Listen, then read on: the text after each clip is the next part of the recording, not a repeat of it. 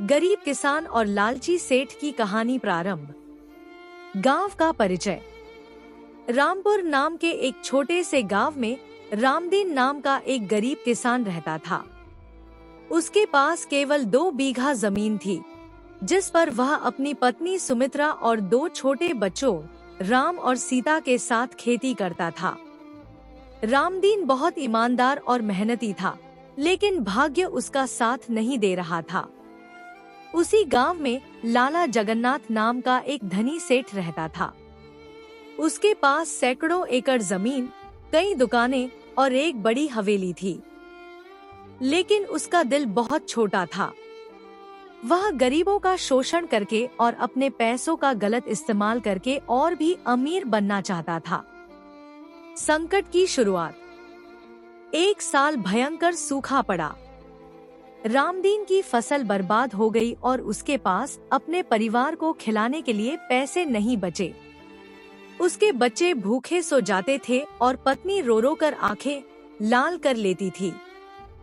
मजबूरी में रामदीन को लाला जगन्नाथ के पास जाना पड़ा। उसने सेठ से 5,000 रुपए उधार मांगे ताकि वह अपने परिवार का पेट भर सके और अगली फसल के लिए बीज खरीद सके। लालची सेठ ने मुस्कुराते हुए कहा, अरे रामदीन भाई, पैसा तो मैं दे दूंगा, लेकिन शर्त यह है कि तुम्हें 6 महीने में 10,000 रुपए वापस करने होंगे, और अगर तुम पैसे नहीं लौटा सके तो तुम्हारी जमीन मेरी हो जाएगी। रामदीन जानता था कि यह सूदखोरी है, लेकिन उसके पास कोई चारा नहीं था। उसने हामी भर दी। कड़ी मेहनत और संघर्ष। रामदीन ने दिन रात एक करके मेहनत की।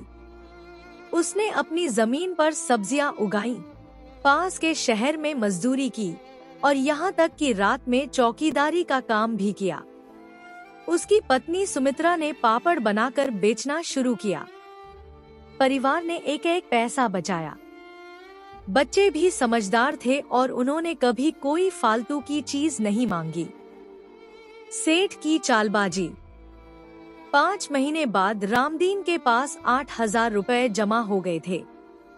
उसे लगा कि वह बाकी 2,000 रुपए भी जुटा लेगा, लेकिन लाला जगन्नाथ को यह बात पसंद नहीं आई। वह रामदीन की जमीन हड़पना चाहता था। सेठ ने अपने गुंडों को भेजकर रामदीन की सब्जियों की फसल बर्बाद करवा दी। उसने यह भी फैलाया कि रामदीन ने उसके यहाँ से चोरी की है, जिससे कोई भी उसे काम नहीं देता था। धैर्य और सत्य की जीत। रामदीन निराश हो गया, लेकिन उसने हार नहीं मानी। उसने गांव के मुखिया और कुछ अच्छे लोगों से सच्चाई बताई। गांव के लोगों को सेठ की चालबाजी का पता चल गया। इसी दौरान एक दिन एक बुजुर्ग साधु रामदीन के घर आया। उसने रामदीन की ईमानदारी और मेहनत देखी। साधु ने रामदीन को एक छोटा सा थैला दिया और कहा, बेटा, यह तुम्हारी सच्चाई का फल है, इसका सदुपयोग करना। थैले में 15,000 रुपए थे। रामदीन खुशी से रो पड़ा। न्याय की विजय। अगले ही दिन रामदीन ने 10,000 रुपए लेकर सेठ के घर जाकर कहा, लाला जी, आपके पैसे वापस कर रहा हूँ। सेठ चौंक गया। उसने गुस्से में कहा, यह पैसा तुमने कहाँ से चुराया है? इतने में गांव के सभी लोग वहां आ गए। मुखिया ने कहा, लाला जगन्नाथ, तुमने रामदीन के साथ बहुत अन्याय किया है। उसकी फसल बर्बाद करवाई, उस पर झूठे आरोप लगाए। आज से तुम्हारा इस गांव में कोई सम्मान नहीं रहा। अंत में सच्चाई की जीत।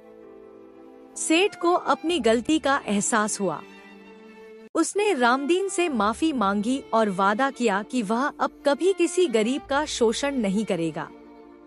रामदीन ने बचे हुए 5,000 रुपए से अपनी खेती को और बेहतर बनाया। उसकी मेहनत और ईमानदारी का फल मिला। अब उसकी हालत पहले से बेहतर हो गई थी। शिक्षा। इस कहानी से हमें यह शिक्षा मिलती है कि ईमानदारी और मेहनत का फल देर से ही सही, लेकिन मिलता जरूर है।